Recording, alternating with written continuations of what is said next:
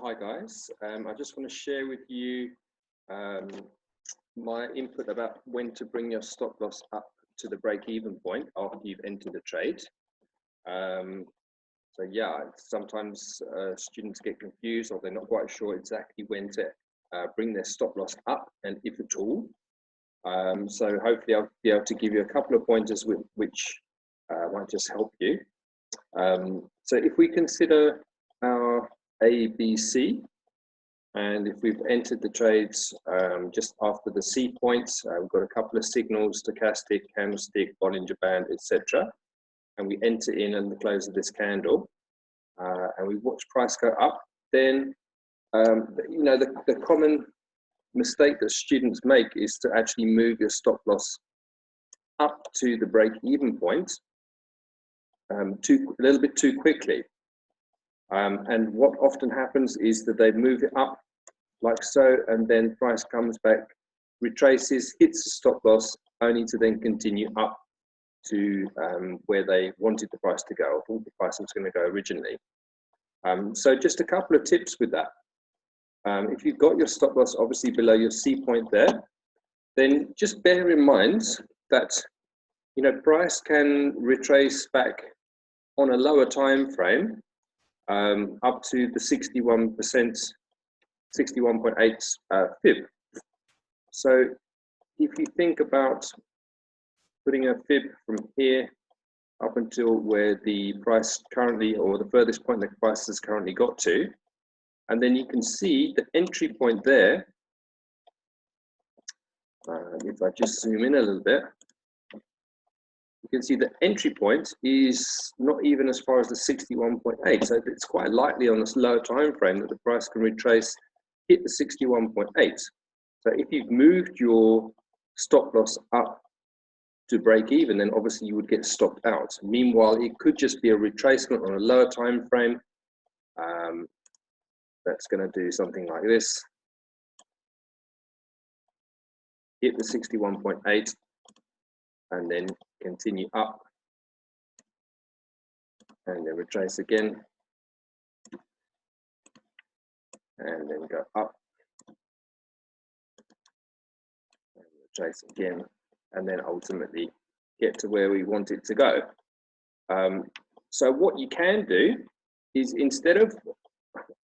first of all, instead of bringing the stop loss to break even too quickly, what I would suggest to do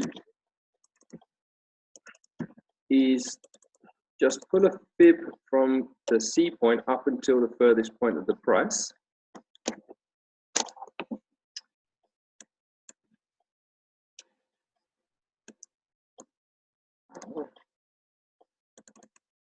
And then have a look at where your entry line is and just see that the price has gone up. So the Fibonacci is at least on the 78.6. So you actually need it to be gone up that far so that if it retraces to the 61.8, the price would be up like that. Then if it retraces to the 61.8 Fibonacci and your stop loss was at break even, then you're still safe. And then chances are it will go up to your take profit. So that's one way. Just to kind of recap that.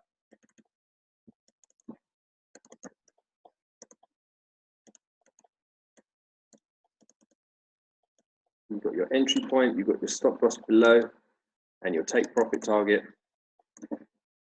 So just run a fib from C up until as far as the price has currently gone. And then if you see that your entry point is before the 61.8, then wait, leave your stop loss there. If you see it's a little bit above, then just wait till the price goes up until your 78.6 is actually on your entry line. At that point, then consider bringing your stop loss to just above break even, because even if it does a little retracement and then comes back down to the 61.8, which would be a retracement on the smaller time frame, then you're still safe and you're still not going to get stopped out. The other thing to look at as well is I sometimes, use this method as well, is look at what the stochastic is doing. When the stochastic, the main line of the stochastic and also the other line of the stochastic gets to the overbought area or the oversold area, if you're selling, that's also a good time to move your stop loss to the break-even point, because the chances are, even if it does retrace, then the chances are that it will have moved up quite a long way before making that retracement. So guys, I hope that's kind of cleared up a few doubts in your mind of actually when to move your stop loss to break even. If you have got any other questions, then pop onto the chat room, give me a call, drop me an email, and then I'll gladly help. Thanks a lot.